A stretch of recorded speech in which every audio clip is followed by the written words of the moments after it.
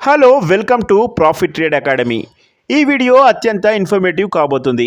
మీ యొక్క share market యొక్క జర్నీలో ఈ వీడియో చాలా ఇంపార్టెంట్ అవబోతుంది. ఒకవేళ మిమ్మల్ని అడిగితే large cap, mid cap, small cap వీటిలో వేటిలో ఎక్కువ డబ్బును మనం జనరేట్ చేయొచ్చు? తప్పకుండా మీరు ఇచ్చే సమాధానం స్మాల్ క్యాప్లో అన్నిటికంటే ఎక్కువ డబ్బును జనరేట్ చేయొచ్చని, దానికంటే కొంచెం తక్కువ మిడ్ క్యాప్లో, తర్వాత లార్జ్ క్యాప్లో అయితే అసలు మనము డబ్బును జనరేట్ చేయలేమని అనుకుంటారు. ఎస్, ఇలా చాలామంది ఈ విషయం ఆలోచించారు కావచ్చు. ఒకవేళ మీరు లార్జ్ క్యాప్లో డబ్బులు రావు, మిడ్ క్యాప్లో పెట్టుబడి పెడితేనే డబ్బులు వస్తాయి, మరియు స్మాల్ క్యాప్లో అయితే మరీ ఎక్కువ డబ్బులు వస్తాయని థింకింగ్ చేస్తున్నారంటే మీ థింకింగ్ రాంగ్ డైరెక్షన్లో వెళ్తుంది. ఎవరైతే బిగినర్ ఉన్నారో వారు ఈ విధంగానే తప్పు చేస్తారు. ఈ తప్పును సవరించడానికే మీకు ఇక్కడ ఒక ఎగ్జాంపుల్ కూడా ఇవ్వబోతున్నాను. అన్నిటికంటే ఇంపార్టెంట్ విషయం ఏంటంటే అది స్మాల్ క్యాపా, మిడ్ క్యాపా లేదా లార్జ్ క్యాపా అనేది ఇక్కడ ఇంపార్టెంట్ కాదు. ఎస్, కొంతమంది గెస్ చేశారు కావచ్చు. అసలు ఏ కంపెనీ గ్రోత్ రిలేటెడ్ పనిచేస్తుంది, బిజినెస్ గ్రోత్ దానిలో ఉండాలి. ఒకవేళ కంపెనీలో విటమిన్ జి లేకపోతే ఒక స్మాల్ క్యాప్ ఉందని అనుకుందాం. ఒకవేళ ఇందులో గ్రోతే లేదు, ఏం లాభం? డబ్బు జనరేట్ కాదు. సేమ్ మిడ్ క్యాప్ కంపెనీ ఉంది, దాంట్లో గ్రోత్ లేదు, డబ్బు జనరేట్ కాదు. అలాగే లార్జ్ క్యాప్ కంపెనీ అయినా సరే గ్రోత్ లేకపోతే డబ్బు జనరేట్ కాదు.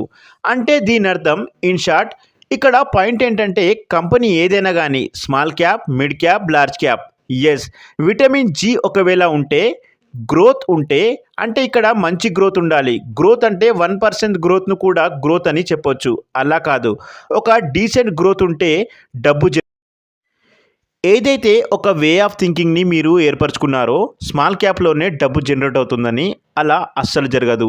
ఎక్కడైతే గ్రోత్ పొటెన్షియల్ ఎక్కువగా ఉంటుందో అక్కడే డబ్బు జనరేట్ అవుతుంది.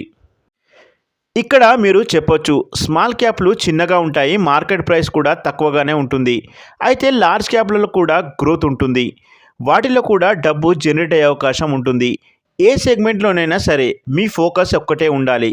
మీ కంపెనీ గ్రోత్ రిలేటెడ్ పనిచేస్తుందా లేదా, అనగా మంచి గ్రోత్ రిలేటెడ్ పనిచేస్తుందా లేదా, మేనేజ్మెంట్ విషయమైనా మాట్లాడుకున్నా ఏదైనా సరే గ్రోత్ పైనే ఆధారపడి ఉంటుంది.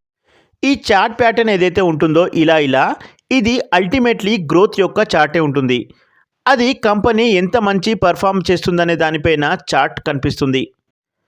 సపోజ్ కంపెనీ ముందు 10 కోట్లు సంపాదించింది, తర్వాత కంపెనీ 100 కోట్ల వరకు వెళ్ళింది, అప్పుడు చార్ట్ ఇలా మూవ్ అవుతుంది. ఇప్పుడు ప్రతిసారి 100 కోట్లు సంపాదిస్తుంది, అంటే చార్ట్ ప్యాటర్న్ ఇలా వెళ్ళి అలా ఆగిపోతుంది. అంటే ఇక్కడ ఏంటంటే కంపెనీ ఇంకా గ్రోత్ కావాలి, అప్పుడే అది పైకి వెళ్తుంది. అందుకే చెప్పేది ఏంటంటే గ్రోత్ పైనే ఫోకస్ ఇవ్వాల్సి ఉంటుంది. ఇక్కడ 2-3 ఎగ్జాంపుల్స్ ఇవ్వదలుచుకున్నాను. అయితే వీడియోలో ఆల్రెడీ డిస్క్లైమర్ ఉంటుంది. ఇక్కడ ఎటువంటి రికమెండేషన్ అనేది ఉండదు. ఏదైతే ఎగ్జాంపుల్ ఇస్తున్నానో ఓన్లీ ఇన్ఫర్మేషన్ మరియు ఎడ్యుకేషన్ పర్పస్ మాత్రమే ఉంటుంది. ఇక్కడ మిమ్మల్ని అర్థం చేయించడానికే, అంటే రాంగ్ ప్లేస్లో ఒకవేళ బంగారం ఒక దగ్గర ఉంది మరియు మీరు ఇంకో దగ్గర తవ్వుతున్నారు, అయితే అక్కడైతే బంగారం లభించదు కదా. కాబట్టి కరెక్ట్ డైరెక్షన్లో వెళ్ళాలి. కరెక్ట్ డైరెక్షన్లో వెళ్ళడానికి ఇక్కడ 2 ఎగ్జాంపుల్స్ ఇస్తున్నాను.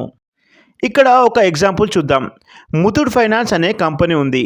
దీని యొక్క గ్రోత్ను ఒకసారి చూసినట్టయితే థర్డ్ మంత్లో గ్రోత్ 30 to 40% ఉంది, 6 మంత్స్లో 68%, 1 ఇయర్లో 96%, 2 ఇయర్స్లో 120%, 3 ఇయర్స్లో 240%, 4 ఇయర్స్లో 300%, 5 ఇయర్స్లో దాదాపు 200 నుంచి 224% ఉంది.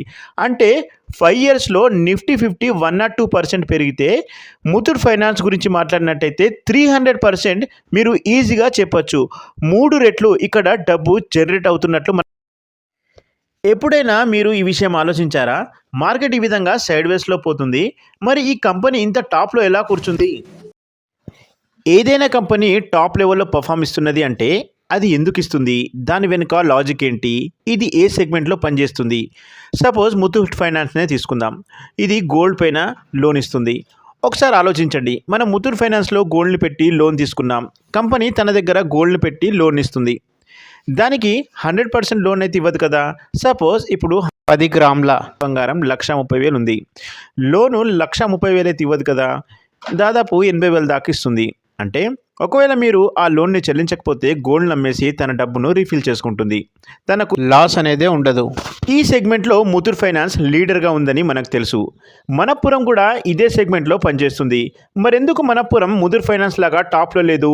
ఈ విషయాన్ని గమనించాలి. ముతూట్ ఫైనాన్స్ యొక్క షేర్ హోల్డింగ్ ప్యాటర్న్ ఒకవేళ గమనించినట్లయితే ప్రమోటర్స్ 73% స్టేక్ను కలిగి ఉన్నారు. ఎఫ్ఐఐ 10%, డిఐఐ 12% స్టేక్ను కలిగి ఉన్నారు. పీడిఎఫ్ అనగా ప్రమోటర్, డిఐఐ, ఎఫ్ఐఐల దగ్గర 90% స్టేక్ ఉంది. అంటే ఇక్కడ పెద్దవాళ్ళే డబ్బులు సంపాదించారు.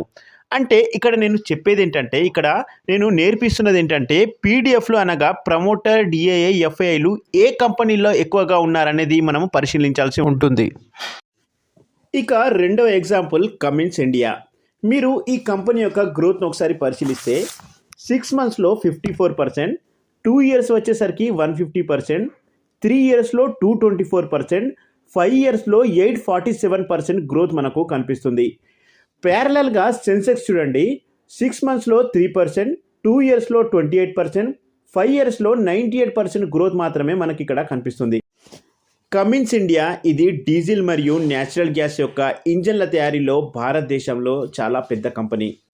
కమిన్స్ ఇండియా యొక్క షేర్ హోల్డింగ్ ప్యాటర్న్ ఒకవేళ పరిశీలిస్తే ఇక్కడ కూడా అగైన్ ప్రమోటర్స్, ఎఫ్ఐఐ, డిఐ దగ్గర 80 to 90% స్టేక్ ఉంది. అంటే ఇక్కడ కూడా పెద్దవాళ్ళే డబ్బును జనరేట్ చేసుకున్నారు.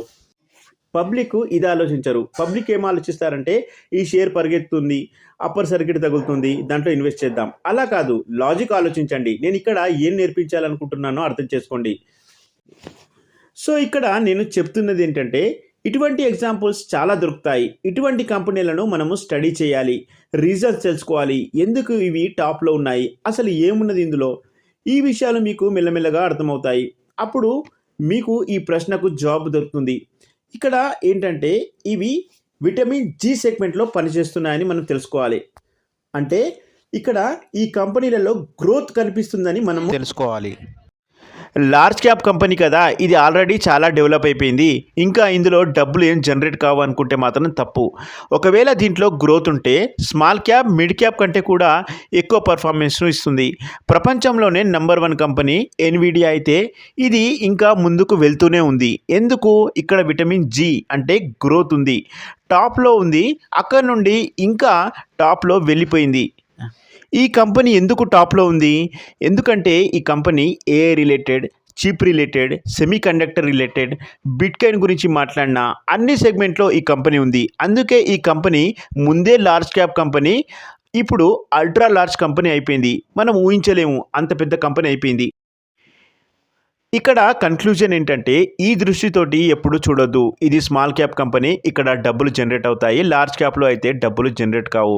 అలా ఏమీ ఉండదు ఫ్రెండ్స్. ఎక్కడైతే గ్రోత్ ఉందో అక్కడ డబ్బులు జనరేట్ అయ్యే ఛాన్సెస్ ఎక్కువగా ఉంటాయి.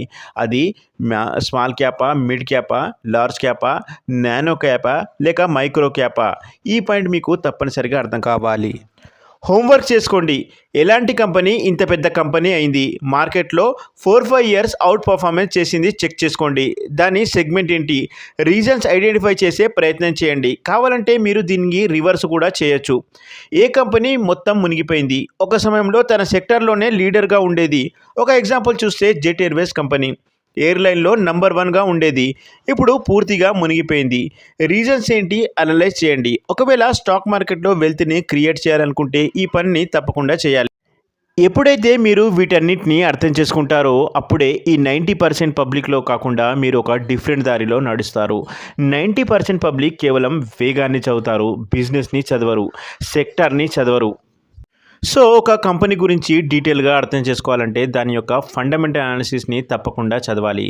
ఫండమెంటల్ అనాలిసిస్ గురించి డీటెయిల్గా ఒక స్కూల్ పిల్లాడికి కూడా అర్థమయ్యేటట్టు మనం ఇంతకుముందు వీడియోలను తయారు చేసుకున్నాం. వీటిని మీరు తప్పకుండా చూడండి. సో ఈ వీడియో మీకు ఇన్ఫర్మేటివ్ అనిపిస్తే లైక్ చేయండి, షేర్ చేయండి. మరిన్ని వీడియోల కోసం సబ్స్క్రైబ్ చేసుకోండి. Thanks for watching.